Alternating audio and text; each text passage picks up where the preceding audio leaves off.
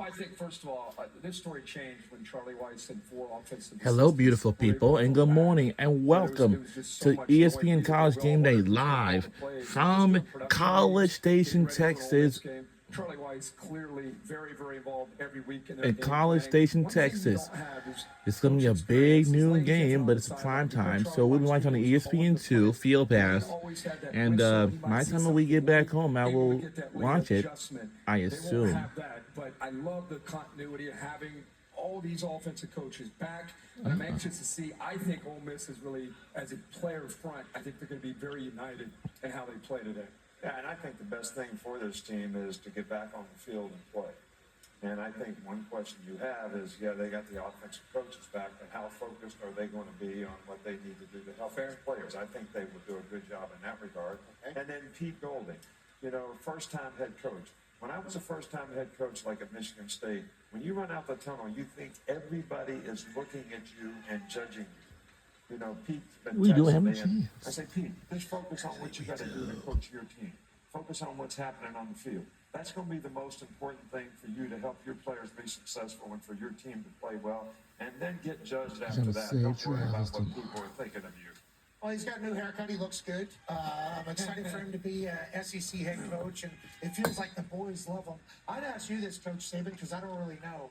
When half your staff is definitely going to the rival, how do you manage that in the building with the players? I guess everything's a year-to-year contract anyways in college football, so the coaches having this situation is no different than the players, so they're a little bit more understanding. How do you think that has kind of affected the inner workings of the Ole Miss football team? I don't know. I can only tell you from my experience. We're playing Clemson in the national championship game. I got Kirby going to Georgia, Mel Tucker going to Georgia with him, Schumann going to Georgia with him, and I'm the only guy staying in Alabama, and we're having a defensive meeting.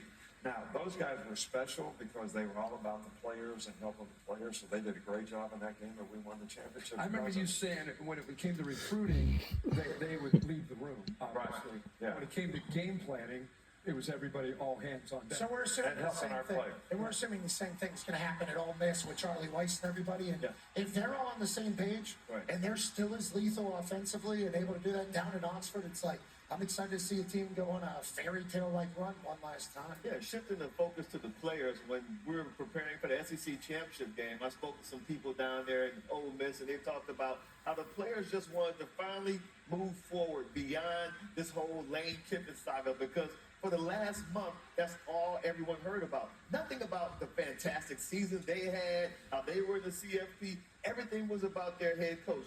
Now that he's moved on, those guys are really determined to go out there and show the college football world that they can do this. They can execute at a very high level despite Lane Kiffin not being on the sideline. I think we're going to see the best version of Ole Miss today. You look at Tulane in this game, too, and John Summerall's on his way to Florida. We want to take a second to send our condolences and our prayers to John and his family. His father, George, passed away just a day or two ago. His mom is still planning to go to the game. He said she's tough as nails. I talked to John this summer, spent some time in the off-season with his family. He said they were blessed to have his dad as long as they did, so our condolences to the Summerall family. And it's a stark difference in the way he's leaving, giving $100,000 to the Tulane NIL and the good feelings about going as opposed to the hard feelings that we've seen in Oxford. But more importantly, express our sympathies to the Summerall family. Miami kickoff into Kyle Field. The man off the screen there in the front, Coach Cristobal, I do believe, he would be willing to fight anybody. And they take on the identity of him. They got a tough football team coming in here. He's trained to do it, too, isn't he? I think he's a jiu-jitsu guy. Yeah, exactly. We'll see. Double leg takedown coming right up. Most likely this to win a steel cage match, one of the coaches, Mario. I think it's Mario. I think Luke He's trained for it. I just went go. Wrestling. Maybe Bill O'Brien. Okay, that's in the same space. Translating jiu-jitsu, grappling, grappling.